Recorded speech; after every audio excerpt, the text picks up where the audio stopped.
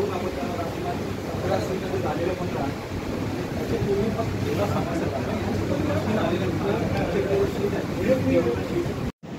मंडळ बुद्धिवर हॉस्पिटल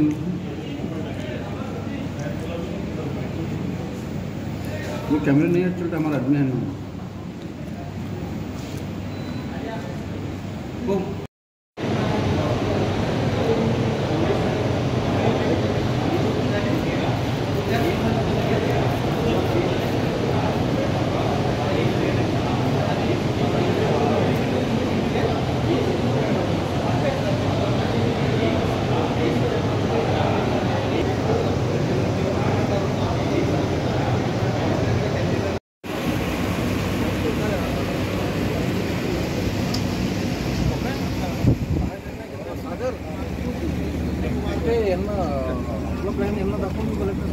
हो सर पुढे दाखवलं सर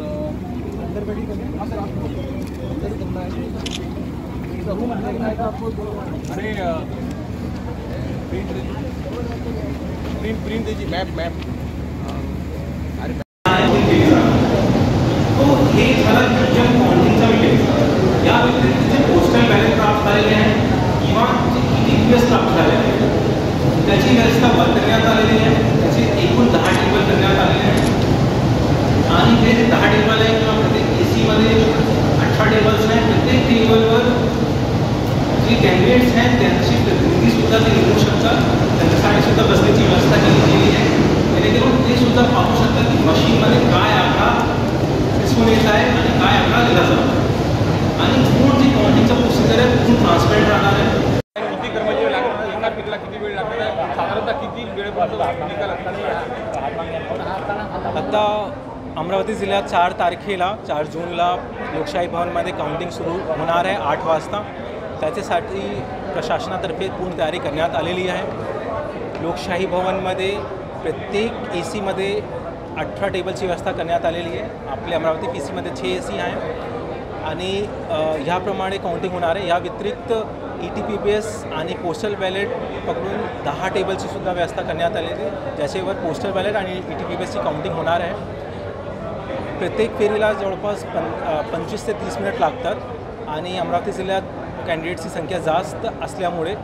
37 कॅन्डिडेट्स आहे आणि नोटा पकडून 38 संख्या राहणार आहे म्हणून इथे काउंटिंगमध्ये वेळ जास्त लागू शकतो मात्र याच्यासाठी प्रशासनातर्फे पूर्ण तयारी करण्यात आलेली आहे काउंटिंग हॉलमध्ये मोबाईल फोन अलाउड होणार नाही मात्र कॅन्डिडेट्सला कळवण्यात आलेलं आहे की त्यांनी प्रत्येक टेबलवर एजंट नेमू शकतात त्याच्यासाठी त्यांना इन्फॉर्मेशन देण्यात आलेली जेणेकरून ते त्यांचे एजंट पाहू शकतात प्रत्येक टेबलवर काय चालू आहे किती मत पडले गेले आहे कैसे कंपायलेशन होत आहे हे सगळं ट्रान्सपरंट प्रोसिजर ते स्वतः पाहू शकतात रिअल टाईममध्ये आणि काउंटिंग हॉलचे बाहेर पोलीसमार्फत सगळी तयारी करण्यात आलेली आहे 3 कॉर्डन इथे सिस्टम सिक्युरिटी सिस्टम राहणार आहे आणि त्या दिवशी 144 आदेशसुद्धा निर्गमित करण्यात आलेला आहे आणि वाहतूकसाठी सुद्धा व्यवस्था करण्यात आलेली आहे आता सर्व लोकांना आव्हान आहे की आचारसंहिताच्या आणि जे काउंटिंगचे जे प्रोसिजर आहे त्याचं पालन करावे जेणेकरून काउंटिंग त्या दिवशी सुरळीत पार पाडेल धन्यवाद